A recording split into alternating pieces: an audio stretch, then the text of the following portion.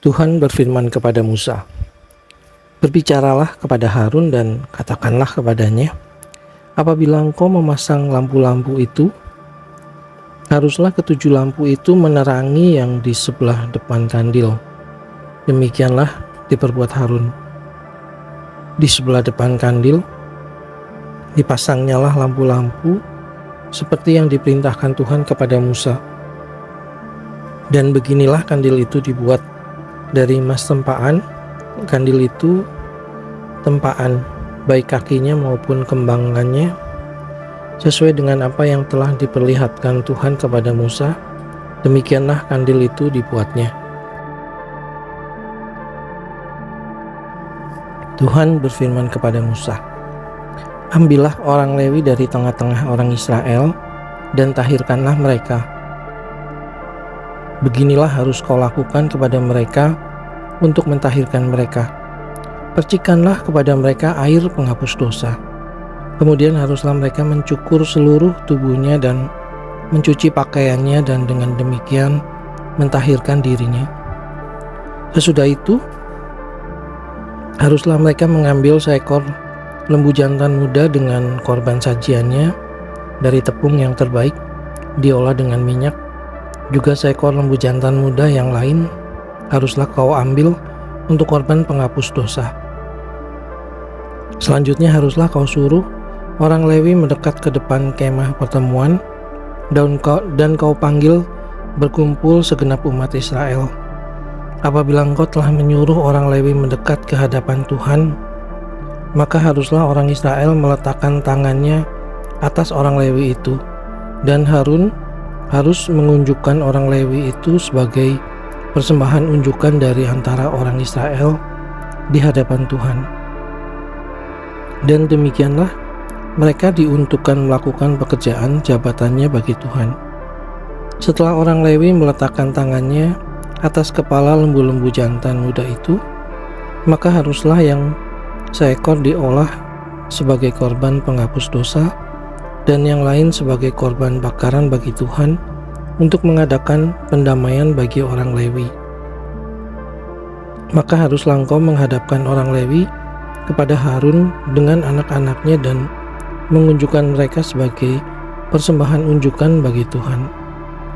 Demikianlah harus engkau mentahirkan mereka dari tengah-tengah orang Lewi, supaya orang Lewi itu menjadi kepunyaanku. Barulah sesudah itu orang Lewi boleh masuk untuk melakukan pekerjaan jabatannya pada kemah pertemuan. Sesudah engkau mentahirkan mereka dan mengunjukkan mereka sebagai persembahan unjukan, sebab mereka harus diserahkan dengan sepenuhnya kepadaku dari tengah-tengah orang Israel, ganti semua yang terdahulu lahir dari kandungan, yakni semua anak sulung yang ada pada orang Israel, telah kuambil mereka bagiku. Sebab semua anak sulung yang ada pada orang Israel, baik dari manusia maupun dari hewan, adalah kepunyaanku. Pada waktu aku membunuh semua anak sulung di tanah Mesir, aku telah menguduskan semuanya bagiku. Maka aku mengambil orang Lewi ganti semua anak sulung yang ada pada orang Israel, dan aku menyerahkan orang Lewi dari tengah-tengah orang Israel sebagai pemberian kepada Harun dan anak-anaknya untuk melakukan segala pekerjaan jabatan bagi orang Israel di kemah pertemuan, dan untuk mengadakan pendamaian bagi orang Israel, supaya orang Israel jangan kena tulah apabila mereka mendekat ke tempat kudus. Lalu Musa, Harun, dan segenap umat Israel melakukan yang demikian kepada orang Lewi, tepat seperti yang diperintahkan Tuhan kepada Musa mengenai orang Lewi. Demikianlah dilakukan orang Israel kepada mereka. Orang Lewi itu menghapus dosa dari dirinya dan mencuci pakaian mereka. Kemudian Harun mengunjukkan mereka sebagai persembahan unjukan di hadapan Tuhan dan mengadakan pendamaian bagi mereka sambil mentahirkan mereka. Sesudah itu, masuklah orang Lewi untuk melakukan pekerjaan jabatan mereka di kemah pertemuan, di bawah pengawasan Harun dan anak-anaknya, seperti yang diperintahkan Tuhan kepada Musa mengenai orang Lewi. Demikianlah dilakukan kepada mereka.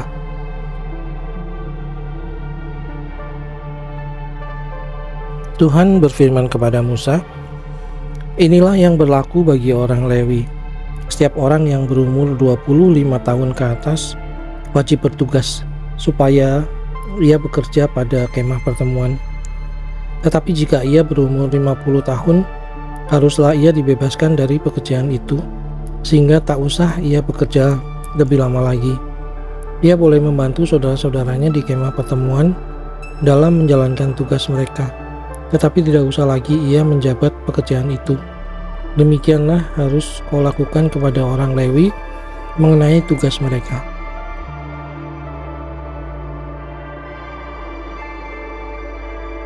Tuhan berfirman kepada Musa di padang gurun Sinai pada bulan yang pertama tahun yang kedua sesudah mereka keluar dari tanah Mesir.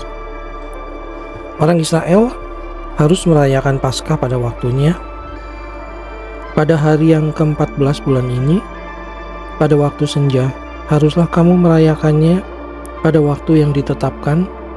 Menurut segala ketetapan dan peraturannya, haruslah kamu merayakannya. Lalu Musa menyuruh orang Israel merayakan Paskah.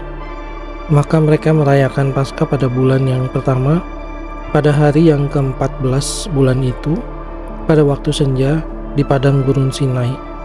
Tepat seperti yang diperintahkan Tuhan kepada Musa, demikianlah dilakukan orang Israel. Tetapi ada beberapa orang yang najis oleh karena mayat, sehingga tidak dapat merayakan Paskah pada hari itu. Mereka datang menghadap Musa dan Harun pada hari itu juga, lalu berkata kepadanya, "Sungguh pun kami najis oleh karena mayat. Dengan dasar apakah kami dicegah mempersembahkan persembahan bagi Tuhan di tengah-tengah orang Israel pada waktu yang ditetapkan?" Lalu jawab Musa kepada mereka, "Tunggulah dahulu, aku hendak mendengar apa yang akan diperintahkan Tuhan mengenai kamu." Lalu berfirmanlah Tuhan kepada Musa, "Katakanlah kepada orang Israel, apabila salah seorang di antara kamu atau keturunanmu najis oleh karena mayat, atau berada dalam perjalanan jauh, maka ia harus juga merayakan Paskah bagi Tuhan pada bulan yang kedua pada hari yang ke-14 pada waktu senja. Haruslah orang-orang itu merayakannya beserta roti yang tidak beragi dan sayur pahit haruslah mereka memakannya. Janganlah mereka meninggalkan sebagian daripadanya sampai pagi, dan satu tulang pun tidak boleh dipatahkan mereka. Menurut segala ketetapan Paskah haruslah mereka merayakannya. Sebaliknya orang yang tidak najis dan tidak dalam perjalanan tetapi lalai merayakan Paskah, orang itu harus dilenyapkan dari antara orang-orang sebangsanya, sebab ia tidak mempersembahkan persembahan yang kepada Tuhan pada waktunya. Orang itu akan menanggung akibat dosanya. Apabila seorang asing yang telah menetap padamu hendak merayakan Paskah bagi Tuhan, maka haruslah ia merayakannya menurut segala ketetapan dan peraturan Paskah. Satu ketetapan harus berlaku bagi kamu, baik bagi orang asing maupun bagi orang Israel asli.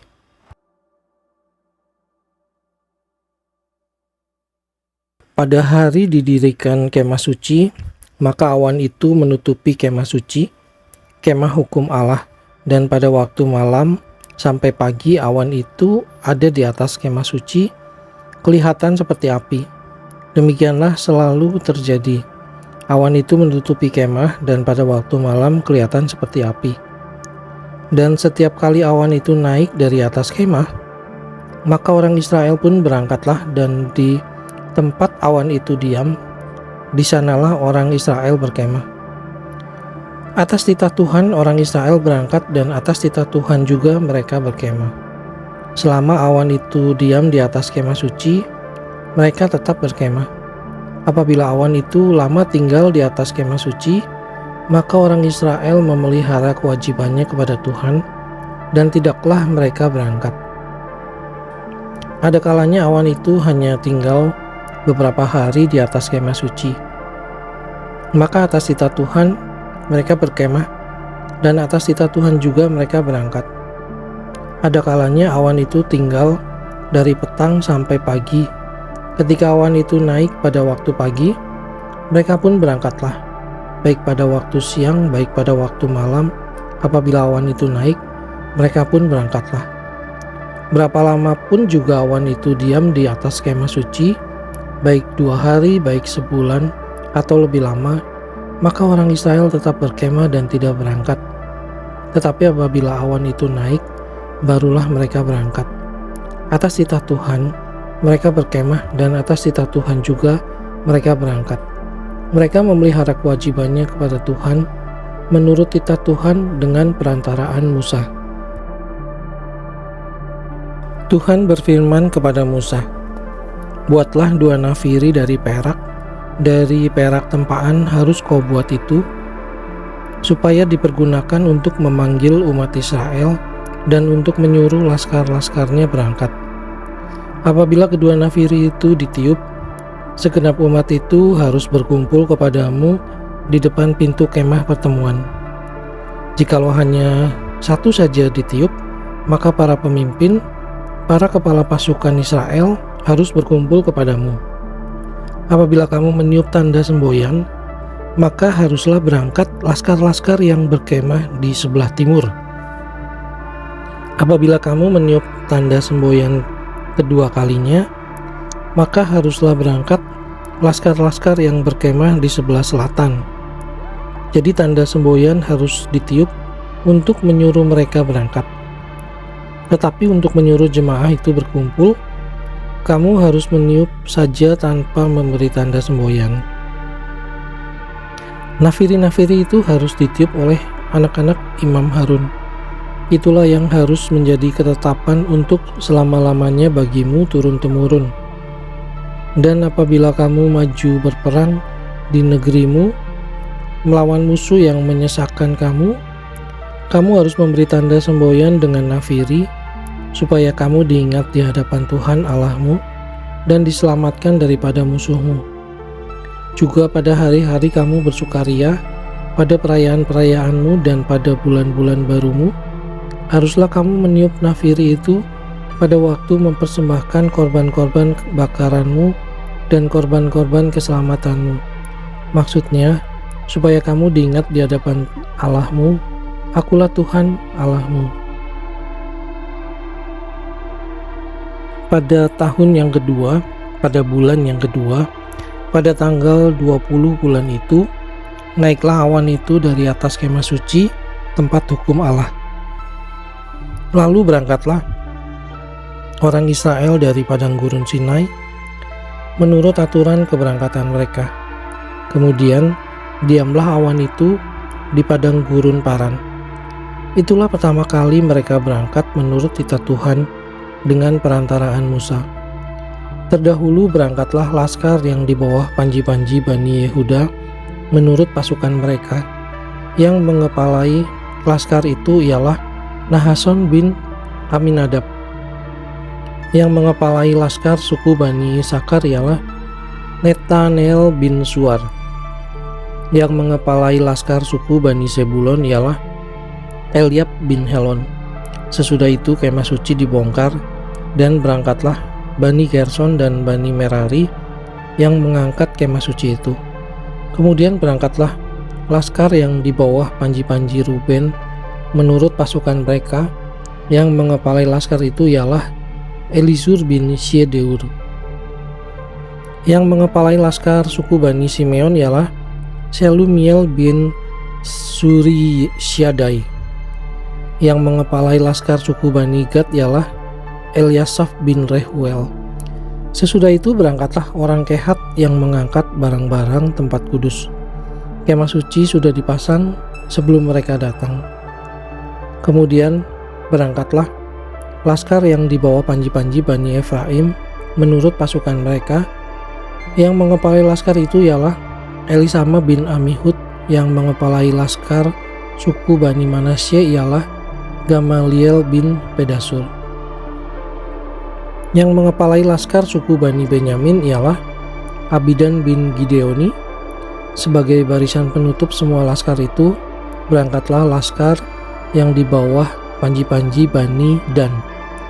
Menurut pasukan mereka, yang mengepalai laskar itu ialah Ahiezer bin Amishyadai.